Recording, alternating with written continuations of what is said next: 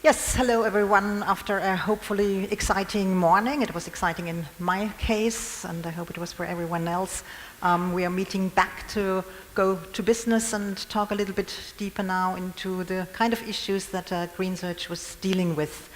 I'm here with my colleague Alice Reil. My name is Barbara Anton. We are both working with ICLEI, which is a global cities network. And we are working with the European Secretariat in Freiburg, Germany, in a team that is called Sustainable Resources, Climate and Resilience, so very closely linked to the kind of interest that Greensearch had.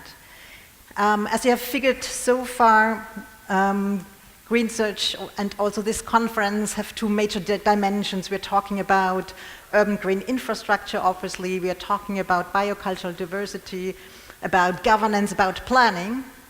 But we are also talking about how this project was actually implemented with which kind of methodologies and how we actually managed to get researchers and, I'm saying now, local stakeholders together.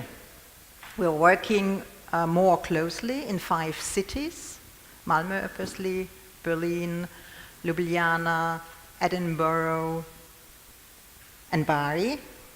And we had a certain way of doing things locally to bridge this difficult or often difficult conversation between researchers on the one hand and local stakeholders on the ground. We know there's often a difficulty in talking the right language with each other, in really making sure that both sides can benefit. And we have tried to apply what we called a double helix approach, meaning a process of iterative knowledge exchange to make it sound difficult or to make it sound complicated. And it was, I think, maybe a simple idea, but still obviously complex on the ground to actually make it happen. So the idea was that researchers and local stakeholders, and in particular municipalities, actually meet really at eye level. Both are experts in their own right, only coming from different, if you like, communities of thinking and practicing. And throughout the project, we tried to establish a format that allows this kind of exchange, that allowed researchers also to respond to what's happening at local level, and the other way round, to make local people understand what researchers' interests are and how they can contribute. So we talked about the double helix, bringing together science, policy, and practice. So how would we describe learning alliances in a simple way? They're basically groups of several stakeholders or multi-stakeholder partnerships that come together in a process of shared learning and understanding, and ideally around a common issue of interest. So one of the first steps in this process was actually to figure out what is this precise common interest that could really make the local people benefit in what they are doing, what they want to solve or address in particular, and what is also in a researcher's interest to actually find out something new, explore a new theme or topic or question. This was established with a view to also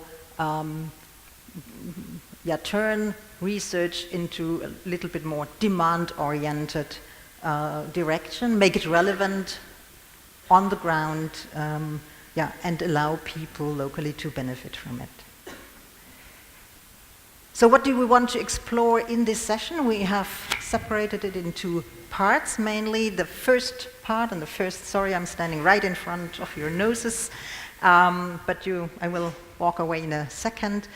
The first half is dedicated to exactly this: what happened in Greensearch, what are some of the lessons learned in this interaction between researchers, policymakers, practitioners, whereas in the second half we have actually invited a few of those projects that have just freshly started and who might be able to learn the one or other thing from our Green Search experience.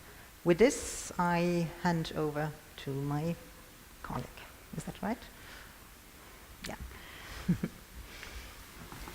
Thank you very much, Barbara, for those introductory words and actually explaining what's behind the learning labs and the learning alliances, which I think from the outside are not quite easy to understand at first instance. So we said we'll start with our 5 Green Search cities, but there are more than 5, far more than 5 people on stage, so you're likely wondering who is on stage. So I would like to just start with a brief round of introductions before we enter into discussion. On the very left, we've got Umberto Medicamento.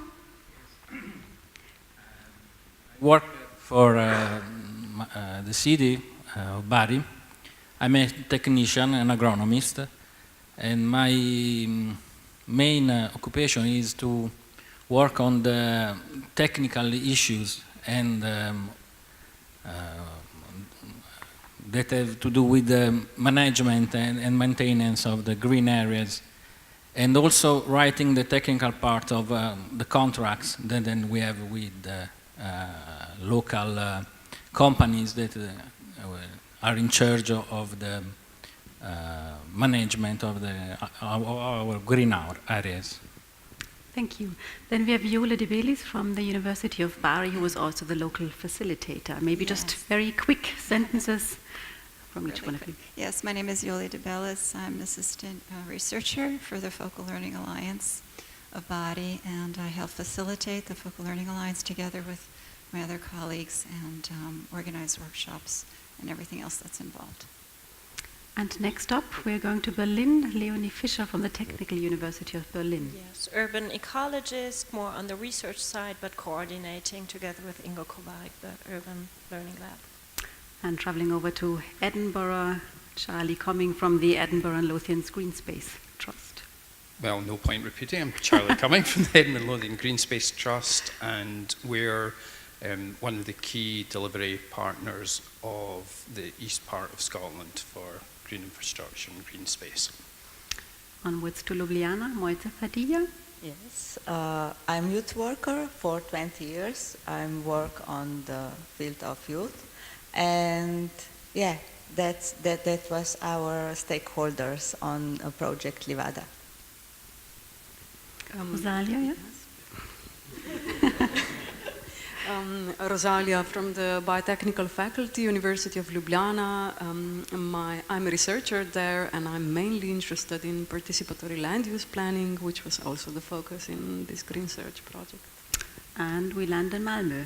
Yeah, and I'm Tim Delshammar. I'm a landscape architect. I started out working 2 years in the project as a coordinator for Malmö, and then I switched into being a city official at the city of Malmö. Hello, Anders Mårsén. I'm a landscape architect, more on the practitioner side, and I've been a facilitator for the Urban Learning Lab in Malmö. Thank you very much. So you know who's sitting in front of you right now. So it's really a mix of facilitators, city representatives, researchers, sometimes in double roles as well. And I'll actually go right into the Malmö team with Tim and Anders here. The city of Malmö has had long-standing experience with working within research projects or collaborating between researchers and cities, and also working across departments within your city government, actually.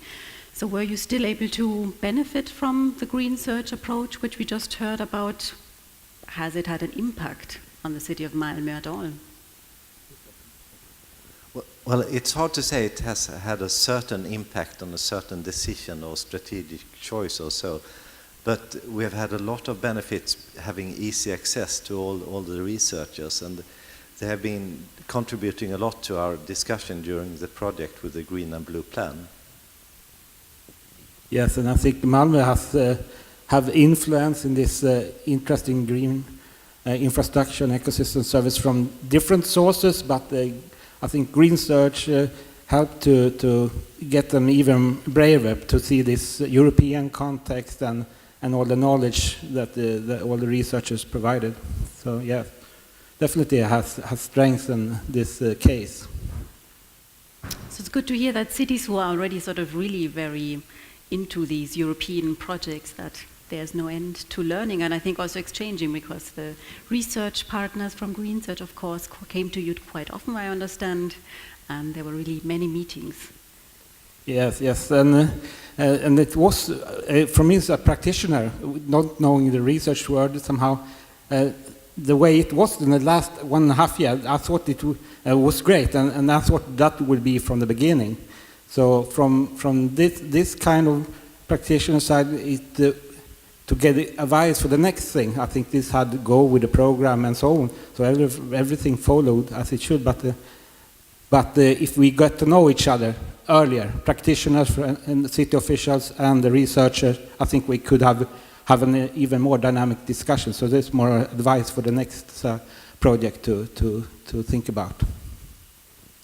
Thank you for raising that point, Anders. And I think what was quite interesting in Malmo, you entered into already ongoing process, no? The development of the green-blue infrastructure plan. And I think the same happened in Edinburgh as well, didn't it? I mean, the Edinburgh and Lothian's Green Space Trust, together with the municipality and the Green Search Project, plus a number of other partners, they sort of entered into this Edinburgh Living Landscape program. Yes, there's a number of partners, including the university, Royal Botanic Gardens, the City of Edinburgh Council, and it was more or less led by Scottish Wildlife Trust and Green Surge. They were one of the initial partners in the project, and they brought quite a lot of expertise and a bit more credibility to the overall partnership, and just with the research that they were undertaking. The pollinator project that has just recently been launched within the city, that was based on the mapping and the research that Green Surge undertook over the last few years. So it's certainly been a very positive experience that we've had. So how did you perceive the role of the researchers that came in, particularly from Green Search? The role? Yes. I think they helped facilitate some of the liaison between the different partners. Being able to carry out workshops and engage with not just local communities but also the professionals was extremely advantageous, and it was just something new for the partnership, and it brought a new impetus just to the overall project. And we have to say that it's still ongoing and will continue, of course, to... Yes, it's still ongoing. Following the recent council elections, we're still waiting for a new chair, but we're, certainly the living landscape is now in the local development plan. It's well embedded within policies within the local authority, so it's certainly going from strength to strength. Thank you, Charlie. I think what's important for you as listeners also to know that while some of the learning alliances had sort of one overarching goal or one project to work on, I think in Edinburgh you focused on one or two sort of small little projects to a certain extent too, so that's quite interesting, I think. And these projects range from the pollinator project to Tree Time, which is an initiative for street trees in Edinburgh, and so there's a wide range of projects. Thank you, Charlie. All the way to southern Europe, Yole and Umberto, maybe you can sort of give us your insights, the two of you together, because you were the local facilitator, of course, and had the overview and organized quite a number of workshops with very different stakeholders, and the idea, particularly towards the end, over the last few months, is that you sort of develop 3D modeling to show how different, particularly sort of wasteland, residual areas of land can be used, designed in a different way to have different ecosystem services, really. So what was sort of really special for you in the events in Bari? What were your main learning points, maybe from the perspective of Yole, you working at the university, and Umberto, you being in the city? Well, the projects per se stand on their own and have their importance, but I think what was unique was that we were able to raise an awareness about green spaces, their important functions, that people knew nothing about. The stakeholders that came to these events were appalled. They were amazed that at the role that green spaces had that they knew never existed. They just thought they were for beautifying, looking good. So they learned a lot more. So we raised their knowledge, level of knowledge and awareness, and fostered, really instilled a proactive and interest in this whole field, this new sector to them, and they were very much stimulated to want to continue to hold other workshops and become more involved with us. And we had incoming emails even after the workshops asking, when are we going to have your next workshop? When are you going to have the next one? So that was really satisfying, and it was like an indicator for us of the success of our events. And the same results we had at some side events that we participated in. There were some conferences in the metropolitan area of Bari that were held, and we sometimes invited ourselves to get to present Green Surge. And sometimes we were invited to these. The topics were always on green spaces. And so we decided to present our hot topic, our issue at hand. And we did conduct the same type of survey to the stakeholders to gain their perception about green spaces and the ecosystem services that these green spaces provide. And these we wanted this activity in order to reach eventually a goal of understanding what green spaces could be developed in the city of Bari, take residual abandoned land, turn them into green areas based on residents' perceptions and needs, and eventually bring this forward to the authorities. And this is kind of like where we are right now. We're still in the collecting phase of the survey. And other learning points, not so positive on the concerning the authorities, because there are some gaps to fill. We have a lack of communication and knowledge sharing. In the beginning, it was quite good. We launched the ULL and Focal Learning Alliance quite well. It took at the right pace, and then there was a change of administrative roles. The officials changed, left office, and so we had to start anew, and then the new people that came in had different ideas, and they didn't agree exactly with what we had to propose. They were not so very much interested in what we had to offer from the side of Green Surge. They have a very strong agenda that they want to follow. So they were not very open to working together, collaborating on a steady basis. And so our double helix started slowing down. We had very difficult times having regular encounters with them. They were extremely busy or they didn't respond. But let's say that now since we changed our topic into this, taking the abandoned lands and redeveloping them, this is type of a joint effort that with the counselor of urban planning, because we asked her directly, thanks to Alice and Barbara's suggestion, to say, what problem do you have? How can we help you solve your problem?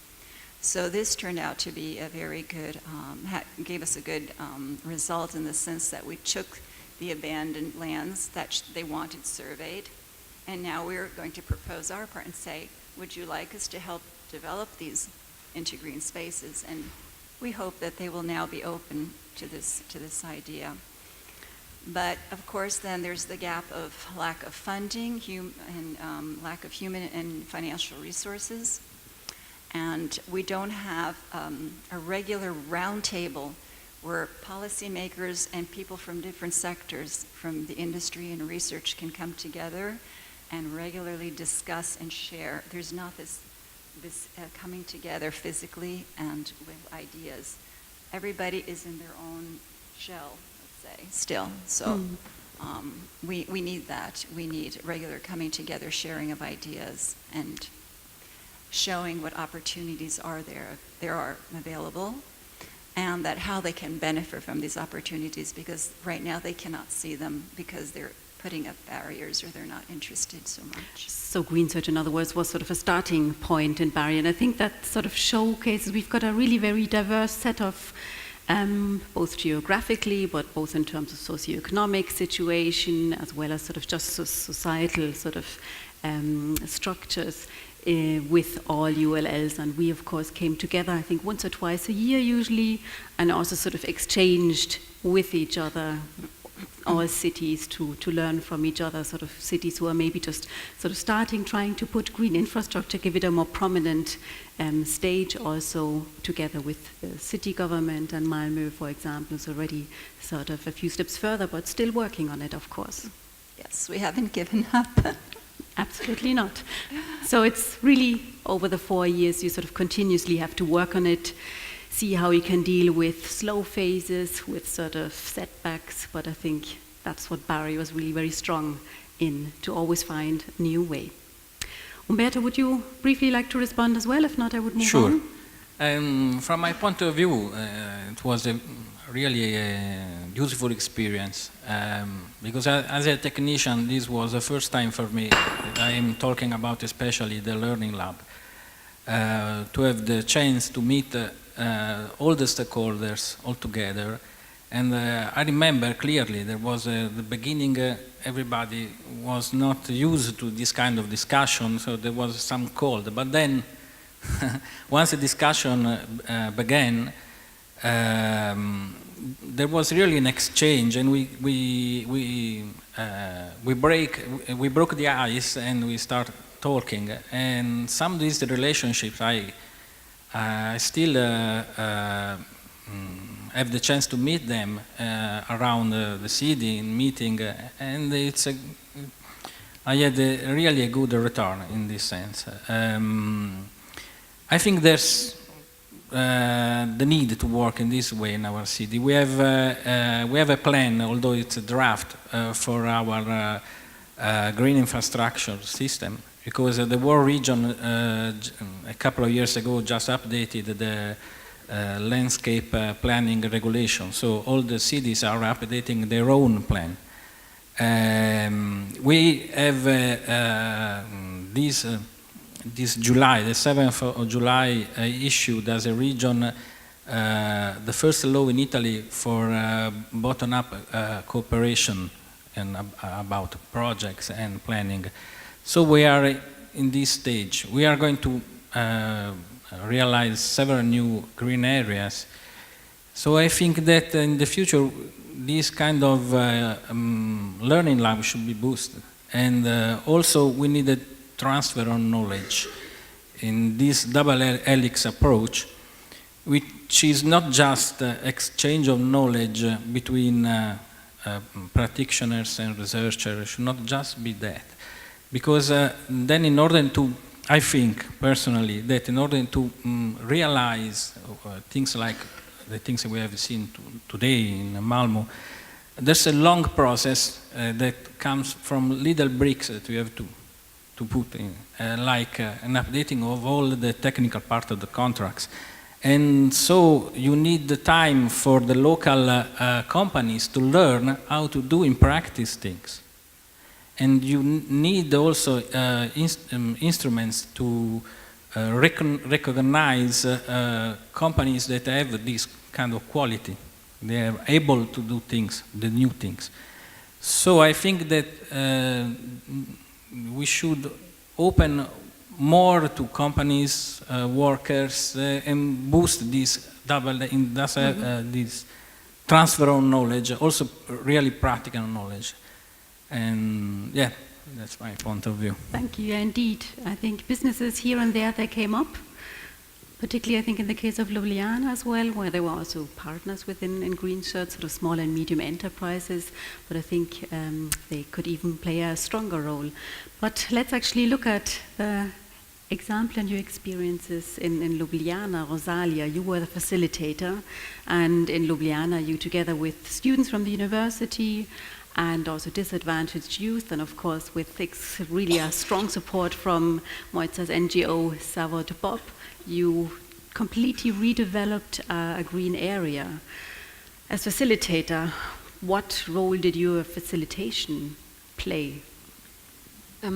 First, I need to explain how, briefly, how the story developed in 2014 when we knocked on the door of the municipality and asked, would you be interested in collaborating in Green Search project and so on. they were a bit skeptic. They said, another research project, tons of guidebooks and policy briefs, and we will get nothing out of this. And this was a really smart choice of municipality to ask us to do something practical in the project, which is I think, a bit tricky in a research project to do this. But we've taken the role on, and we've transformed, as you said, this unused marshland into a lively community area. But our focus was basically to use citizens to transform it, which was also the request from the municipality. So this participatory project was quite a challenge for us, because nobody knew how to approach it. Are there any methods to do it? And this is why we collaborated together with Zavod Bob, that is really specialized in working with this type of public, which is quite specific. It has its own specialities, and maybe Mojca can add a bit more. Maybe you could, before we go over to Mojca, just go back and see again you as facilitator. I mean, you accompanied the entire process. What difference did you make as a facilitator? Were you needed or not? Could you sit down or sit back? I don't think so. What was your experience there, and what are sort of the essential skills actually one needs as a facilitator to bridge, the gap to a certain extent between researchers and practitioners? Yeah, I could definitely sit back, but only in the evening. It was quite a lot of work, almost a second job. I think the role of the university in this project was to facilitate or to be a bridge between science and this activity on ground with municipality and the NGO. It was, we shared the outputs from the Green Search, the research outputs. We gave them the outputs, like the physical outputs. Okay, this is a guidebook that was produced, but also gave them like an oral presentation of the highlights of the research and explained them how we can use this knowledge to develop this site further. So this was like a knowledge transfer role, but we also had clearly just a scientific role in analyzing the site and just supporting this decision making with research results. So the process drove the scientific research, but the researchers did the research itself, and then this was fed back to the participants. Mojca, as Rozalija already said, you supported sort of this getting into the community, working with the community, working with youth really immensely, and helped. It doesn't look like that anymore. For your information, it's like a lot has happened on that green space, Livada Lab, hasn't it? Yes. What was your role as NGO? You sort of in between, then again, researchers and the city, but still drove the process quite a lot. It was very fascinating to work with researchers. Of course, was really first time that young people who stuck somewhere or just begin to study have an opportunity to ask these kind of researchers what are they doing, how they are doing, why they are doing this research, what for. And I think that Rozalija and team of this, our researchers from Ljubljana University, get them really good foundation for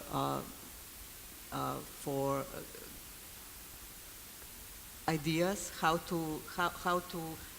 and what to put on this green area.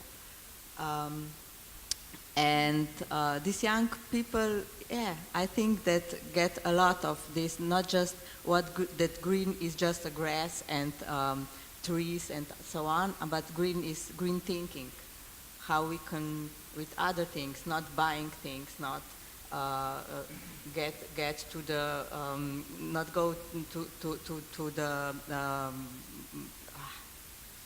the store to buy everything, but you can repair something. And that's what this the basic thing that we do in this little lab, Livada.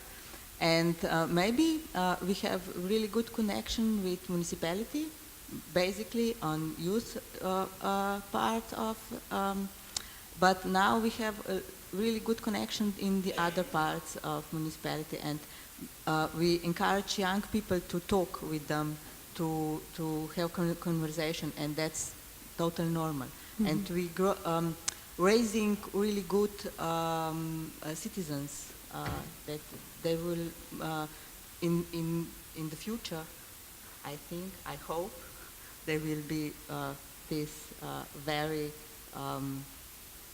those citizens who will changing city policy and everything. So you sort of really started at those who will make the future decisions. That we also already yesterday heard in the song, actually, the introductory song, didn't we? I think before I move on with my last question to Leonie and Bill, and I think what we need to emphasize here too, which might seem small to outsiders, but I think it's a really big step.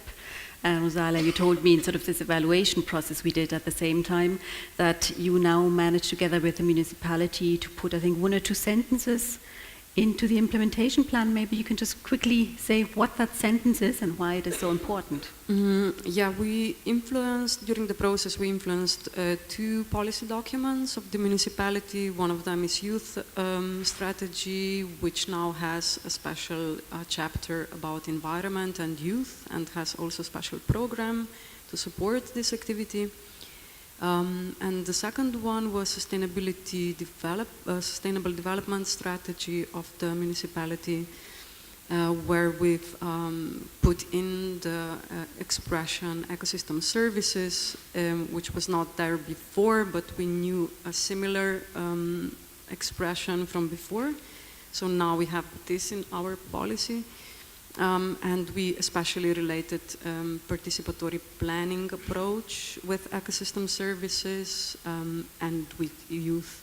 So there is a sentence saying that municipality will in future try to work with citizens in the area of planning and managing urban green in Ljubljana, and will especially be careful to include vulnerable groups of society, such as youth. So let's see how will we implement it. But yeah. Well, we'll see and keep an eye on.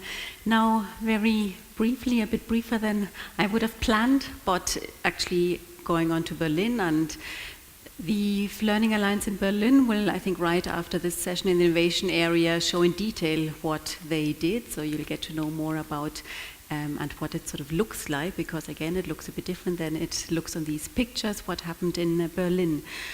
Leonie, you together with the city of Berlin, or rather the district of Berlin, Mojca and Hellersdorf, which is sort of in the northeast of Berlin, and the secondary school, you established a school garden, a management concept for this wasteland, which you can see here on the left-hand side, and of course work closely together with the International Garden Exhibition. What for you, researcher and facilitator at the same time, and really very deeply involved in the process, was a highlight for you? I think the biggest highlight for us in the process, which in general went very well, was that we really established that garden, that from the first idea or the first meetings where we were talking about that the school needs a place where they can grow food, where they can show their pupils how food is produced, and with that do a lot of environmental education, that from these first ideas on we really went very straight to that implementation and really worked on down to earth, like really producing these garden beds, planting trees and so on. But also with this process of transforming the site to a garden, there were a lot of intellectual changes that we spoke with a lot of people, involved a lot of different persons, a lot of different institutions, different district offices, not only the environmental part, but also like the green space management, and those being responsible for the school yards. All of these were involved in the process, and also try to get in the same direction, like we all tried to go, and that really ended in a very nice place, which the pupils now have to learn and live in. You can see what happened right after this. So as you can see, these were just really snippets of the experiences that were made, and I think more information is in one of the newsletters which is out there, but of course the up-to-date information is here on stage, and you can, I'm sure, ask the facilitators, the city representatives and NGOs and other organizations represented here a lot of questions if you want to, but we will need to move on now and see how the new projects can actually use the experiences that the Learning Alliances have made in Green Search. And with that, I would like to ask you to leave the stage so our next 4 guests can come on stage, and I hand this over.